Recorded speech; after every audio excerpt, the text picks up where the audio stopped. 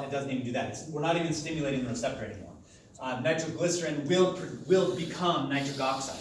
So we're flooding the body with nitric oxide, which is a gas that can go everywhere, independent of this whole thing, and we have gotten rid of the enzyme that will, in any way, slow that reaction down or take away any of the endogenous dilation that we have occurring.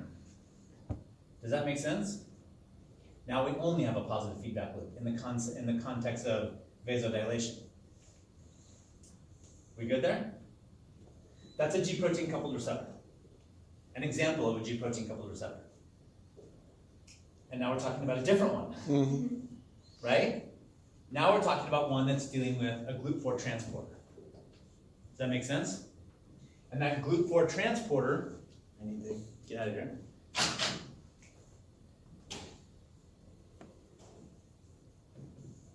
Back to my original question to you. The GLUT4 transporter is here. My glucose is out there. Where does the GLUT4 transporter need to be? What's the word for what it needs to be? Transmembrane? It has to be transmembrane. It can't be extracellular because how is the glucose going to get into the cell if the GLUT4 is out here? If my GLUT4 is out here, how is that taking it into the cell?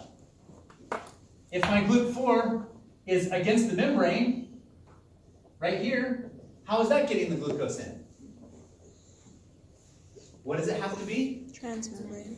Okay, so now my original question to you was when the insulin receptor, which is a G protein coupled receptor, is engaged, what is the result of the second, what is the second messenger that comes from that going to cause to happen?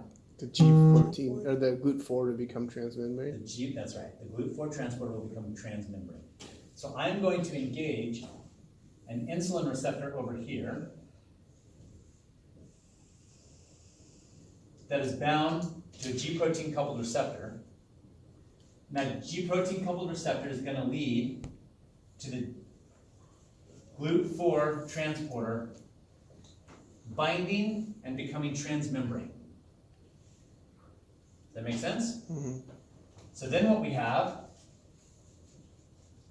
is we have the GLUT4 transporter hanging out here that has part of itself outside the cell and part of itself inside the cell. That's what we mean by transmembrane, right?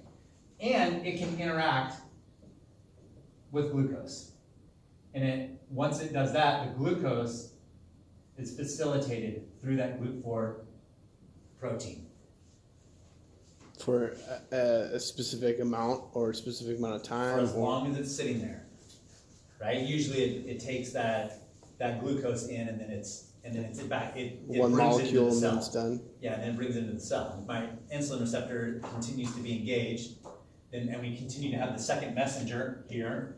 You get more GLUT4. Then it continues to make the GLUT4s that it comes into contact, right? Our cells aren't one-to-one. I don't have one GLUT4 transporter in the cell. I've got thousands. But one GLUT4 will equal one But molecule. one GLUT4 will pull in typically a molecule of glucose, and then it has to be reset. Would you say that it becomes a channel? It's not a channel. It is a facilitator. Is it a bag? It's a protein. Is it like your grocery bag that attached or it becomes transmembrane and once it's filled, that bag brings it in? How many analogies do you need? Because I'm hung up on the fact that it's not a channel, but it's a transport. So once the glucose is inside of it, like you said, it brings it into the cell. So it's almost like it's a basket or a Transport. It's like your mouth and ass. Okay. It pulls it in and pushes it out. Okay. But it's not like it doesn't open up and have a channel. It sits there until it comes into contact specifically with glucose. With that glucose, then it can do a mutation that allows the glucose to pull further into it until it gets to the other side of it. How about we're going for a ride? I hesitate for you to call it a channel because it's not a channel. Kind of like magnetic putty. But do you think a channel is opening to many things? Yes. Just Channels are typically not specific. So when we say a sodium channel, we say a sodium channel because most of it is sodium, but it's not all sodium. Okay. And not only that, sometimes that channel has to have other things on it, like a charge to repel other ions. Okay. Otherwise, anything can go through it. Okay. It's just a doorway that lets anything through. Okay. These change shape to match the, whatever it is, be it a protein or any other Correct. molecule. It changes shape to match what it's gonna pull through. Yes, that's what it's interacting with, whatever that is, right? And we have different GLUT transporters. We've got GLUT1 transporters, GLUT2 transporters, GLUT3 transporters.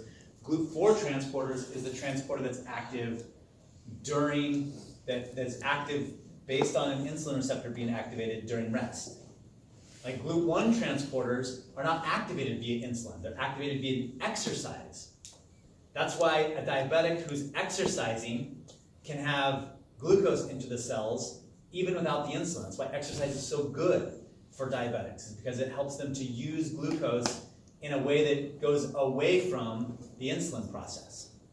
So different GLUT transporters are activated off of different signaling systems. The GLUT4 transporter is what we're talking about, like with diabetes, because it's affected by the insulin receptor. The insulin receptor has to be engaged to create the second messenger that will activate that GLUT4 transporter.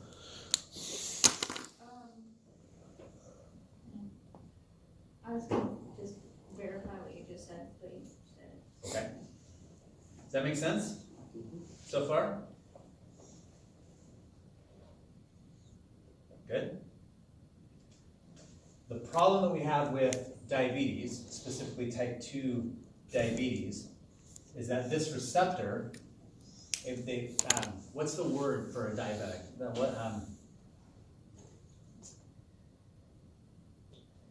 They're in type 1 diabetes. What's the problem? Did you not create insulin? Yeah, based on what's destroyed? The The beta pancreas? one. Oh. The beta cells in the pancreas? The beta cells within what? Within the pancreas. Right, so we've got Yeah. alpha and beta cells in the islets of Langerhans of the pancreas. What do the alpha cells produce? And what do the beta cells produce? Insulin. So in a type 1 diabetic, it's an autoimmune problem where the beta cells have been destroyed. So therefore, they don't produce insulin, and that's why they take insulin, because their body is not producing it endogenously. What does endogenous mean? So By they- itself? within the body. Does that make sense? But that's not the majority of diabetics. The majority of diabetics are type 2 diabetics. What's the problem with type 2 diabetics? The receptor doesn't recognize it anymore. And what do we call that? There's a word, there's a 2-word phrase that we use. It's insulin something. Insulin resistant? Insulin resistance. That's right. So type 2 diabetics become insulin resistant. What that means is that this insulin receptor has changed to no longer recognize insulin. The receptor works fine. The G protein works fine. The second messenger works fine. The GLUT4 transporter works fine. What's not working fine is that the receptor has changed so that it no longer recognizes insulin as its ligand that activates it. Does that make sense? Because that ligand can no longer activate that receptor, we can't just give them insulin. That's why type 2 diabetics are so difficult to manage. We have to find different ways for them to manage their glucose levels, because insulin doesn't cut it anymore. Because giving them insulin is great, but if you've got receptors that don't recognize the insulin to begin with, then there's nothing that can be done with just giving insulin. Does that make sense? The reason why it's very confusing to say this, but type 2 diabetics become diabetic through what? Diet. Through lifestyle. Inactivity, being sedentary, foods that are high in sugars and electrolytes, these kinds of things that lead to that, right? But type 2 diabetics, type 2 diabetes also is far more genetic than type 1 diabetes. That's very confusing for me to say, for you to recognize, because in order to get type 2 diabetes, it's a lifestyle problem. But type 2 diabetes is also genetic. That's confusing because that doesn't mean that all type 2 diabetics are going to have kids that are going to be type 2 diabetics. The genetic component is how quickly and under what circumstances that receptor will become conformationally changed and resistant to insulin. In other words, if you have a type 2 diabetic in your family, you are more genetically predisposed to have an insulin receptor that will alter itself given the right circumstances to no longer recognize insulin. Does that make sense? So it is still a lifestyle thing, but if you have two people that both are choosing the same poor lifestyle plan, and one of them has diabetes in their family, type 2 diabetes, and one of them does not, this person is more apt to become a type 2 diabetic sooner and more rapidly, based on those lifestyle changes. And not making those lifestyle changes to take away those risky behaviors is more detrimental to that person on a faster basis than to this person over here. That doesn't mean this person's not going to become a type 2 diabetic, right? It just means that the rapidity, this swiftness of how that'll come on is higher in somebody who has that in their family because of how fast that receptor will change. Does that make sense? Questions on that at all? Okay, we're going to come back to this tomorrow because you are going to get to the diabetic portion of it. You have a fantastic opportunity this afternoon to get yourself to the point that you come back tomorrow understanding thoroughly the metabolism of glucose. Done.